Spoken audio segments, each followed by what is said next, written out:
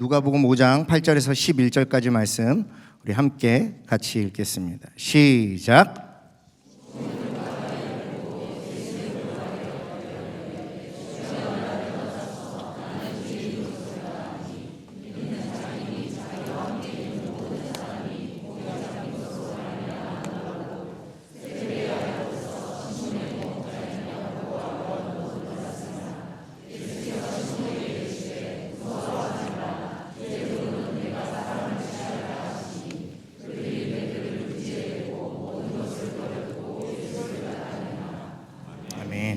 요즘 우리는 임재 공동체라는 주제로 특별 수요 예배를 드리고 있습니다.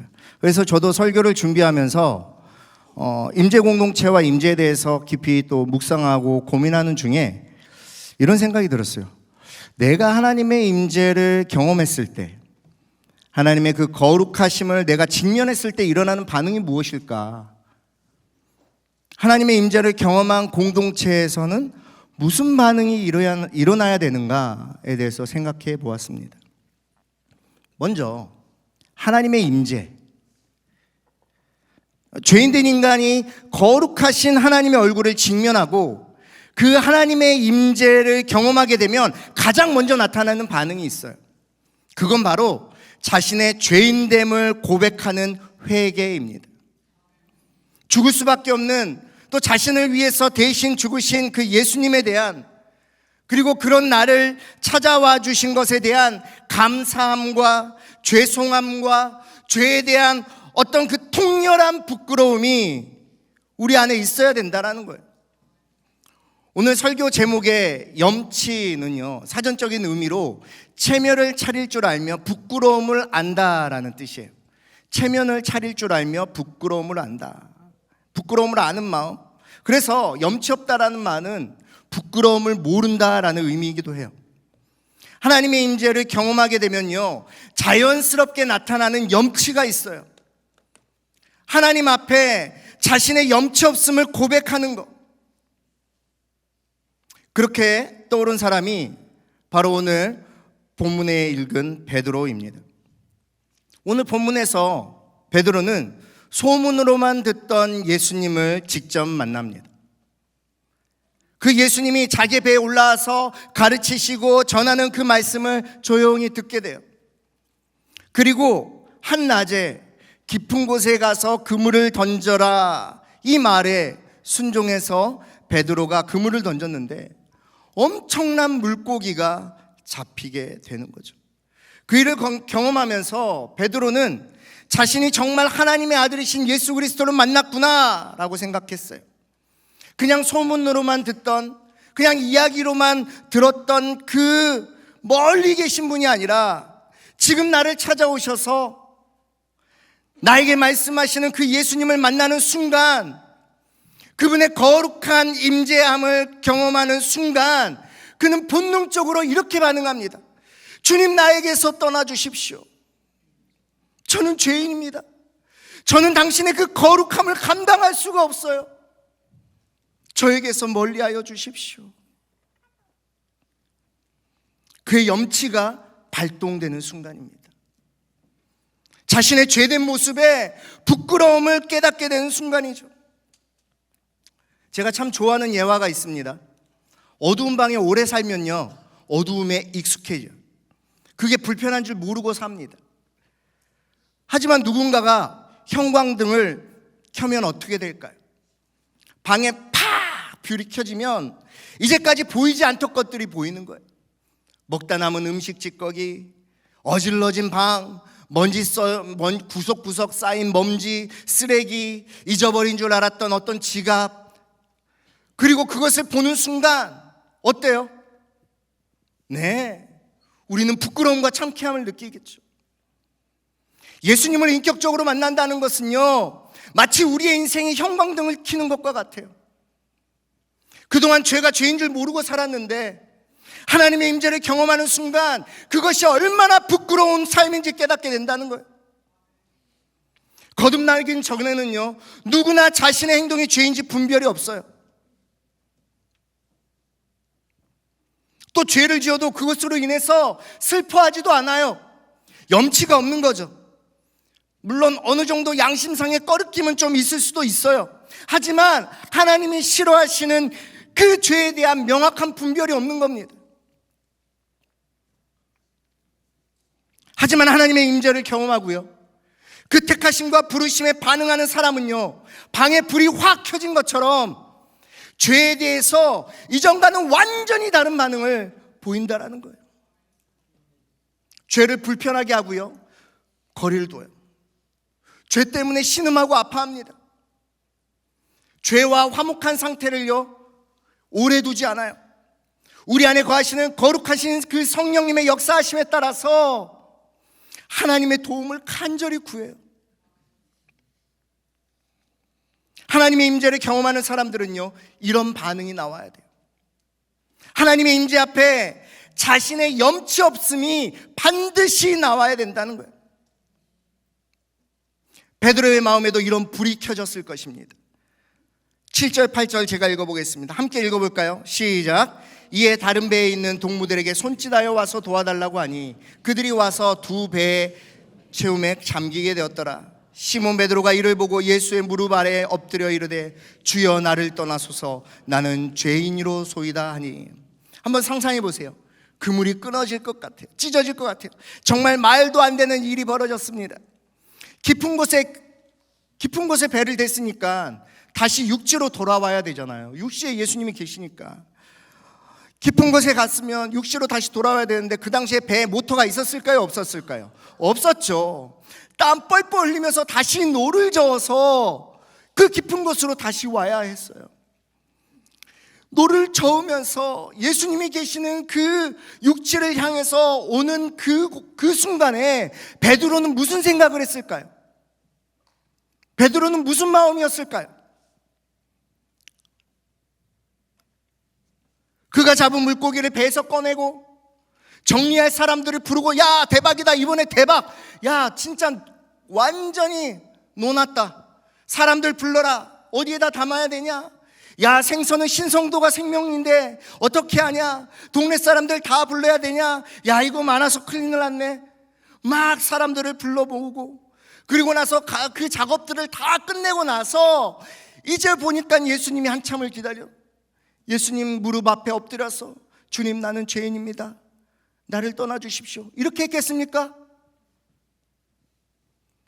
아니면 예수님을 찾아가서 손을 탁탁 털면서 모든 일을 다 마치고 예수님 진짜 대단하십니다, 나를 한번 써주세요, 예수님과 동역하고 싶습니다, 나를 제자로 받아주십시오, 나를 동역자로 삼아주세요, 이렇게 말했겠습니까? 아니요, 절대 아니죠. 깊은 곳에 내린 그물이 찢어질 정도로 많은 물고기가 걸려 올라오는 그 순간 바로 예수님이 하나님이시라는 사실을 깨달았을 겁니다. 그 순간에 멀리 계신 그 육지에 서 계신 예수님을 바라보면서 그 떼양볕에서 땀을 뻘뻘 흘리며 노를 저으면서 느꼈을 베드로의 마음은, 아, 저분은 정말 거룩하신 분인데 나는 죄 때문에 너무나 초라하구나, 나는 너무나 초라한 죄인이구나, 그 사실을 깨닫지 않았겠습니까? 육지에 도착하자마자 예수 그리스도의 그 무릎 앞에 엎드려서 베드로가 가장 먼저 한 것이, 가장 먼저 반응을 보인 것이 뭐였어요? 죄를 고백하는 거였죠. 이것은요, 하나님의 임재를 경험한 사람들에게 매우 정상적으로 나타나야 하는 반응이에요. 거룩한 하나님의 그 임재를 경험한 사람은요, 자신의 추한 죄성을 깨닫습니다. 그 죄성을 인식하는 순간 자신이 철저하게 타락한 인간이라는 사실을 인정하게 돼요. 그리고 하나님의 그 구원하심이 나에게 절실하게 필요하다라는 사실을 깨닫습니다. 베드로는 어땠을까요? 11절에 보니까요, 자신의 삶의 가장 소중한, 그 자신의 삶의 모든 것은, 모든 수단이었던 배와 그물을 버리고 예수님을 따라 제자의 삶을 삽니다. 오직 예수밖에는 자신의 삶에 소망이 없다는 것을 깨닫게 되는 순간이죠. 사랑하는 성도 여러분, 우리도 그렇습니다. 우리도 편하고 쉬운 삶을 포기하고 예수를 따르는 결단과 결심으로 여기 앉아있는 여러분 아니겠습니까? 그러니까 오늘 이 저녁에 이렇게 예배 자리, 기도의 자리에 나온 거 아니겠어요? 하나님의 임재를 경험한 사람들은요, 다 버리고 떠날 수 있어요. 하나님의 임재를 경험한 사람들은요, 다 포기해도 아깝지 않아요. 주 예수보다 더 귀한 것이 없다는 것을 잘 알고 있기 때문입니다. 그리고 그 시작이 하나님 앞에 자신의 죄로 오염된 자아를 고백하고 그분에게 매달리는 것, 염치를 아는 것, 부끄러움을 아는 것, 예수밖에는 내 삶에 소망이 없다는 사실을 고백하는 그 순간이, 할렐루야. 자, 여기까지 말씀을 마무리하면 정말 땡큐겠죠, 그죠? 해피엔딩이. 그래, 베드로는 참 염치를 아는 사람이구나. 그래, 그러니까 예수님의 제자가 되었구나. 그래, 예수님의 제자가 된다는 건 저런 것이구나. 그렇게 끝내고 마무리해도 오늘 참 은혜 받고 돌아갈 수가 있습니다. 그런데요, 그렇게 끝내고 싶지가 않아요. 오늘 제 복장을 보세요. 여러분, 오늘 각오하셔야 됩니다. 그렇게 오늘 끝나면 안 돼요. 그렇게 끝나면 오늘 제가 이렇게 옷을 입고 오지 않죠. 오늘 저녁에요, 이렇게 말씀 앞에 모인 우리가 이 시간 그냥 지나갈 수 없어요. 하나님의 임재하심이 지금 이 시간에도 나에게 충만히 넘치고 매일매일 하나님의 임재를 경험하면서 살고 있는 우리지만, 오늘 우리가 이 밤에 다시 한번 분명하게 확인하고 넘어가야 되는 게 있어요. 그건 뭐냐? 그렇다면 나는 어떤가요? 나는 어떤가? 나는 염치가 있는가? 나의 신앙생활은 염치 있는 신앙생활인가? 나는 매일 십자가 앞에 나의 죄인됨을 통렬하게 느끼며 죄송함과 미안함과 찔림으로 그분 앞에 얼마나 엎드리는가? 당장에 내가 먹고 사는 게 바빠서 내 자식 입에 하나라도 뭐 떠먹이는 게 중요해서 그 십자가 앞에 통렬하게 느끼는 그 죄송함과 부끄러움이 나에게 있는가? 난 그렇게 반응하고 있는가? 오늘은 우리 이 말씀 앞에 각오하셔야 됩니다. 1600년대 영국의 청교도 목사이자 개혁주의 신학자인 매튜 미드라는 목사님이 있어요. 그 목사님이 쓴 고전 중에 고전, 유사 그리스도인이라는 책이 있어요. 아마 읽어보신 분들 계실 거예요. 유사 그리스도인이라는 책이 있는데요, 이 책 제목이, 원래 제목이 있는데 그 제목이 참 더 마음에 와닿습니다. 그 제목이 뭐냐면 거의 그리스도인이지만 완전히 그리스도인이 아닌 사람. 거의 그리스도인이지만 완전히 그리스도인은 아닌 사람이에요. 이 책 내용 중에 많은 사람이 신앙 고백을 하면서도 유사 그리스도인 이상으로 나아가지 못하는 이유를 이렇게 설명하고 있어요. 대부분의 형식적인 신앙 고백자들은 두 개의 자석 사이에 있는 쇳덩어리 같대요. 몇 개의 자석이요? 두 개의 자석. 그래서 하나님께서 당기시면 하나님께로 갔다가 세상이 당기면 세상 쪽으로 끌려간다는 거예요. 그런 모습은요, 세상을 위해서 하나님을 떠나지도 않지만 하나님을 위해서 세상을 떠나지도 않는다는 거예요. 만약에 모든 것을 버려야 되는 순간이 찾아오면 세상을 사랑해서 떠났던 데마처럼 그렇게 하나님을 버리게 될 거라는 거죠.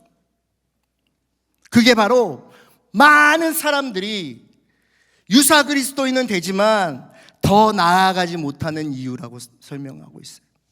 같은 교회 다니지만, 같은 다락방에 있지만, 같은 마을에 있지만, 같이 사역하지만, 같은 집사님이고 같은 권사님이고 같은 장로님이고 같은 성도지만 어떤 사람은 유사 그리스도인. 사랑하는 성도 여러분, 그게 나일 수도 있어요. 오늘 그거 확인하자고요. 구원받아 하나님의 자녀가 된 성도는요, 항상 마음의 그 중심에는 예수 그리스도의 십자가가 있어야 돼요. 죽어야 하는 날 대신해서 죄 없으신 예수님이 못 박히심으로 내가 대신 살게 된 그 은혜, 그 은혜에 진실하고 절절한 반응이 있어야 합니다. 그것이요, 감사로, 감격으로, 때로는 회개와 반성으로, 염치로 나타나야 돼요. 다시 말하자면 거의 그리스도인이지만 완전히 그리스도인이 아닌 유사 그리스도인이 베드로처럼 모든 삶에 의지될 것들을 버리고 예수님을 따라 살아가는 삶을 살려면 하나님의 인도하심과 선하심에 대한 감사와 감격도 있어야 하지만 무엇보다도 뭐가 있어야 되냐? 그 십자가 앞에 나의 죄인됨을 고백하는 처절하고 절절한 죄 고백이 있어야 된다는 거예요. 죄송합니다. 너무 무거운 이야기들을 계속하고 있죠. 그래도 어쩔 수 없어요. 오늘 여러분 각오하셔야 된다고 그랬잖아요. 그냥 넘어갈 수 없습니다. 우리는요, 거울 앞에 서는 용기가 필요합니다. 거울 앞에 서야 돼요. 장거리 운전할 때요, 어디 멀리 명절에 시골에 갈 때 가장 먼저 뭘 하세요? 내가 운전하는 차를 카센터에 맡기고요, 엔진오일 체크하고 바퀴 공기압 체크하고 브레이크 패드 체크합니다. 워시액 들어있는지 보고요, 와이퍼 잘 움직이는지 정비합니다. 주행하는 데 이상이 없지만 정기적으로 점검해야 되죠. 오늘 우리가 그래요. 오늘 점검하는 날이에요. 오늘 정기 점검하는 날입니다. 오늘 나의 신앙에 대해서 이 부분을 꼭 점검하고 넘어가야 돼요. 내 상태는 지금 어떤가? 나는 하나님의 임재를 경험한 사람인데 그 하나님의 임재를 경험한 사람으로서 마땅히 나타나야 되는 반응을 지금 하고 있는가? 3월 26일 오늘? 어제? 지난주에? 내일 할 것인가? 점검해야 돼요. 제가 서울에 있을 때 수락산하고 도봉산을 많이 다녔습니다. 제가 자주 다녔어요. 잘 아는 길이에요. 그날도 어느 날도 친구랑 도봉산에 막 올라가서 정상에서 컵라면이랑 김밥 하나 먹고 내려오는데 중간에 어디 좀 들렸다가 좀 늦게 내려왔어요. 늦게 내려왔는데 빨리 내려가야 되는 시간인 거예요. 그래서 제가 야, 지름길로 가자. 아는 길이니까 쭉 가니까 야, 그냥 내려가면 야, 괜찮겠어? 야, 그냥 가자. 산이니까 내려가면 무조건 밑에가 보이겠지. 그리고 여기가 강원도도 아니고, 그죠? 외딴 산도 아니고 서울이잖아요. 그러니까 무조건 그냥 길 말고 계곡으로 무조건 내려간 거예요. 계곡으로 무조건 내려갔어요. 해가 지기 시작한 거예요. 산이 그렇게 빨리 해가 지는지 몰랐습니다. 야, 큰일 났다. 아무것도 없고, 그때는 핸드폰이 이런 스마트폰, 후레쉬 있는 스마트폰이 아니었거든요. 모토로라 이게 딱딱한 그거 있었어. 야, 그거 어떡하냐. 야, 119 해야 되는 거 아니야. 좀만 가보자. 예? 진짜 고생해서 어떤 시골 집 하나를 발견해가지고 거기서 길 따라서 내려갔습니다. 비슷하겠지 생각했는데요, 결과가 완전히 달랐어요. 대충 가면 안 돼요. 큰일 납니다. 분위기에 따라가지 마세요. 큰일 납니다. 이러면 되겠지? 큰일 납니다. 내 신앙, 내 상태, 내 길을 꼭 확인하고 신앙생활 하셔야 돼요. 유사 그리스도인, 거의 그리스도인이지만 완전히 그리스도인은 아닌, 자기 방식대로 예수를 믿으면서 자기를 믿음 가진 자라고 이력서나 프로필에 종교란에 기독교라고 적고 그렇게 살지 않는 사람, 하나님 앞에서 자신의 죄인됨을 절박하게 느끼지 않고 회개하지도 않은 사람, 매일 주일날 아니 매일 십자가의 은혜를 자꾸 잊어버리는 사람, 복받는 거, 문제 해결에만 더 치우진 종교적 간습과 습관에 매몰된 사람, 언제부턴가 죄된 부끄러움을 잊어버리고 염치 없는 신앙생활을 하는 사람, 그리스도의 십자가 구원의 감격과 감사를 당연히 여기고 죄된 내가 예수 믿고 누리는 그 행복을 온전히 누리지 못하는 사람, 내 안에 절박함과 간절함이 사라지고, 이 정도면 주님을 충분히 사랑한다고, 이 정도면 열심히 신앙생활 잘하고 있다고 스스로 생각하는 사람, 여러분은 어떤 부분에 해당되십니까? 아니면 이 상황에 안 들어가더라도 더 다른 이유에 해당되진 않으십니까? 회개 없는 신앙생활은요, 하나님의 진리 앞에 굴복하지 않아요. 회개 없는 신앙생활은요, 그분이 어떤 분이신지, 그 십자가가 나에게 어떤 의미인지 아는 것보다 자기가 생각하는 신앙, 자기가 원하는 자기 중심적인 신앙을 추구하고 주장합니다. 그리고 그것에요, 모든 열정과 힘과 에너지를 쏟아요. 사랑하는 성도 여러분, 여기서 정말 중요한 포인트가 있는데요, 잘 들으세요. 중요합니다. 회개를 해야 임재를 경험하는 것이 아니에요. 회개는 거래가 아닙니다. 하나님 회개할 테니까 나에게 성령 부어주세요. 하나님 회개할 테니까 나에게 은혜를 주십시오. 하나님 내가 회개할 테니까 하나님 내가 하나님의 임재를 경험케 해주세요. 절대 아니에요. 회개는 거래가 아닙니다. 오늘 제목 보고 오해하신 분들이 있을 거예요. 아, 회개를 해야 임재가 시작되는구나. 아니요, 회개를 해야 임재가 시작되는 것이 아니라 이미 하나님의 거룩하신 임재가 나에게 왔기 때문에 내가 회개할 수 있는 겁니다. 할렐루야. 그런데요, 우리 어떠함과 상관없이 하나님께서 나를 부르시고 택하셔서 만나주셨음에도 불구하고 그런 사실조차 받아들이거나 인정하지 않는 우리의 죄성을, 우리의 염치 없음을 우리가 다시 돌아보자고요. 요즘 나는 이런 염치 없음 얼마나 느끼는지 좀 확인해 보자고요. 말씀을 마무리하겠습니다. 사랑하는 성도 여러분, 회개는 무거운 것이 아니에요. 염치를 안다는 것은요, 우리의 마음을 무겁게 하는 것이 아니에요. 염치를 아는 것은요, 내 자신을 가치 있게 만드는 행위입니다. 회개는요, 나를 가장 가치 있게 만들어요.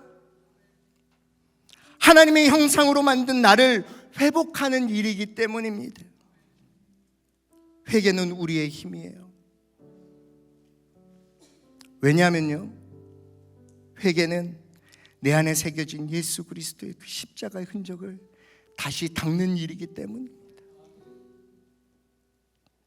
그 십자가, 날 대신해 죽으신 예수의 십자가를 다시 확인하는 거예요. 언제요? 오늘 이 밤에요. 그래서 우리가 다시 살 수 있어요. 다시 일어서는 힘이 생깁니다. 사랑하는 성도 여러분, 오늘도 하나님 임재 앞에 다시 한번 우리의 염치를 돌아봅시다. 그리고 그 거룩한 하나님의 임재 앞에 합당한 반응을 하는 우리가 되길 소망합니다. 함께 이 시간에 이 찬양의 고백으로 다시 한번 하나님 앞에 우리의 심령을 돌아보았으면 좋겠습니다.